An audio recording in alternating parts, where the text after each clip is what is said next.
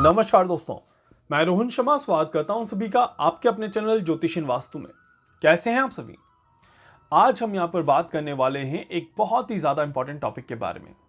उससे पहले आप सभी का बहुत बहुत शुक्रिया। आप सभी ने मेरे लास्ट वीडियो के कंटेंट को समझा, आप सभी ने सराहा उसको, और साथ ही साथ आप सभी की ब्लेसिंग्स जो है वो मुझ तक पहुंची हैं। उसके लिए आप सभी का बहुत बहुत धन्यवाद। साथ ही साथ उन सभी का भी बहुत बहुत धन्यवाद जिन्होंने उस वीडियो में मुझे काफी ज्यादा चैलेंजेस दिए हैं, और मैं ओपनली यहां पर सभी के चैलेंज को स्वीकार करता हूं। एंड डेफिनेटली मैं इस चीज को बताने का पूरा पूरा प्रयास करूंगा जो कि वैदिक एस्ट्रोलॉजी की खासियत है।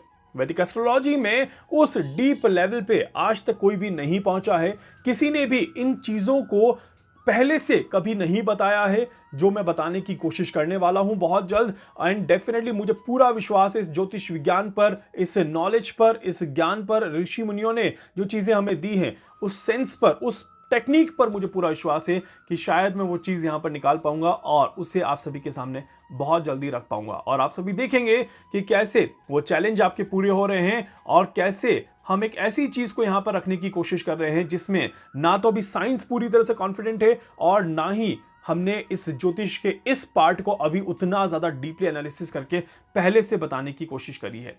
सो बहुत सारी चीजें आप सभी के सामने आते हुए नजर आएंगी एंड डेफिनेटली आप सभी इसको और भी ज्यादा पसंद करते हुए नजर आएंगे। तब तक ज्योतिषीय वास्तु के चैनल के साथ बने रहिएगा, थोड़ा सा पेशेंस मेंटेन करिएगा, बिकॉज ये बहुत लंबा टास्क है, बहुत लंबी रिसर्च है और उसके बाद आप तक पहुंचने में भी थोड़ा सा समय लगेगा। बट धीरे धीरे आप समझ जाएंगे वीडियोस देखते देखते कि कहां कहां पर वो प्रेडिक्शंस इंक्लूड हो रही हैं और कहां कहां पर वो टेक्निक मैंने इस्तेमाल करी है।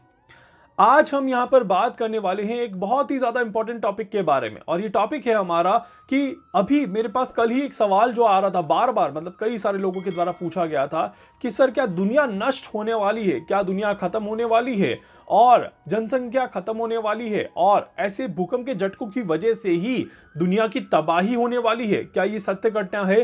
प्लीज इसके ऊपर कुछ बताइएगा। जब मैंने कैलकुलेशन करी तो मैंने जरूर उसको बताने की यहां पर कोशिश कर रहा हूं कि बहुत इंपॉर्टेंट सवाल है, क्योंकि जब दुनिया खतरे में आ जाए मतलब कि हमारा अस्तित्व खतरे में है। एक तो बहुत ज्यादा एक र्यूमर या फिर बहुत ज्यादा कयास चल रहा है कि कलयुग खत्म होने वाला है, और कलयुग खत्म होने वाला है प्लस जनसंख्या खत्म होने वाली है प्लस देश और दुनिया का अस्तित्व खत्म होने वाला है।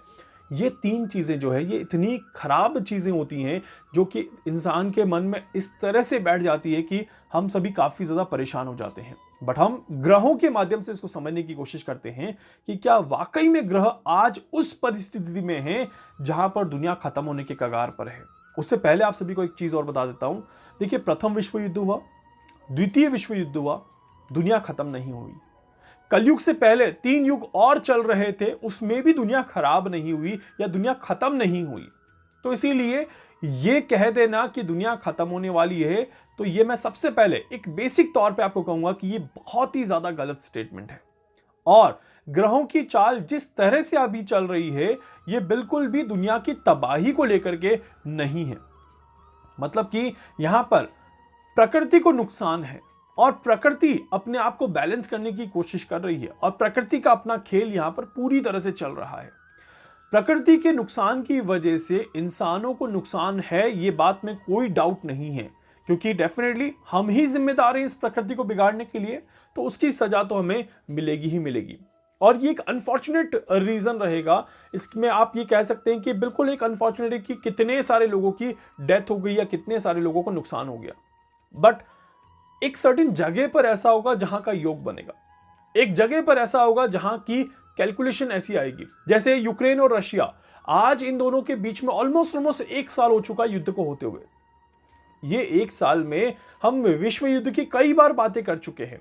हम विश्व युद्ध क्या, यूक्रेन और रशिया के युद्ध को लेकर के कई बार बातें कर चुके हैं। बट ये कॉन्फ्लिक्ट जो शुरू से मैं कहता हुआ आ रहा हूं कि ये युद्ध विश्व युद्ध नहीं है, ये युद्ध विश्व युद्ध की कहानी अभी नहीं लिख रहा है, और ये लंबे समय तक खिंचता जाएगा और ऑलमोस्ट 1 साल चलेगा। वो 1 साल यहां पर होता हुआ नजर आ रहा है। उसी तरह से भूकंप की जब हम बात करते हैं तो भूकंप के झटके पहले भी कई बार इतने खतरनाक आए हैं जहां पर इस तरह से लोगों को नुकसान हुआ है, जहां पे बड़े लार्ज लेवल पे लोगों को नुकसान हुआ है।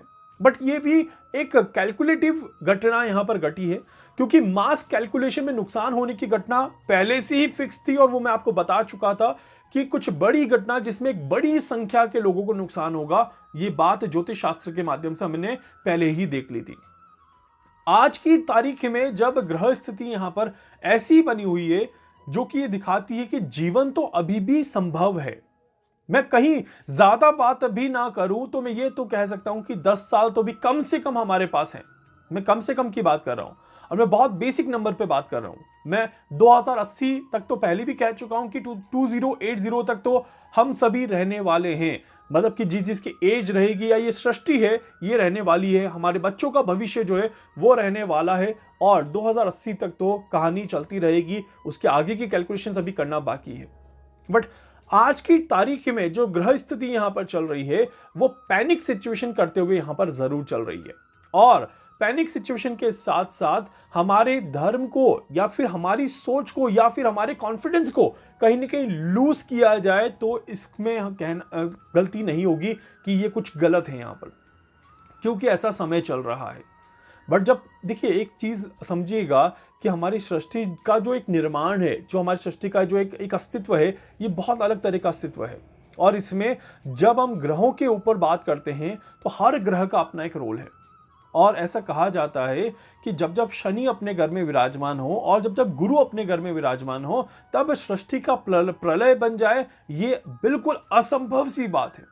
और जब इस तरह की असंभव बात हो जाए तो यहां पर जब तक देवगुरु बृहस्पति, क्योंकि देवगुरु बृहस्पति को ऑक्सीजन कहा जाता है, देवगुरु बृहस्पति को जीवन कहा जाता है, और जब तक देवगुरु बृहस्पति अपनी चाल में बैलेंस पैदा कर सकते हैं, अपनी चाल में स्टेबिलिटी ला सकते हैं, तब तक विश्व का एक तरह से संहार, प्रलय अनिश्चित है।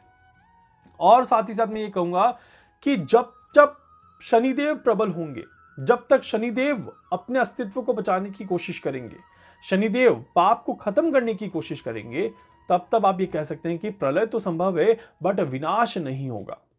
मतलब कि आप सभी ये कह सकते हैं कि देखिए, जब एक 10 या 100 लोग एक जगह रह रहे हैं और 10 लोगों ने कोई गुनाह किया है तो 10 लोगों को नुकसान होगा, बट उस नुकसान से 100 लोग पूरी तरह से बर्बाद हो जाए, ये कहना गलत होगा। इस बात का ध्यान रखिएगा।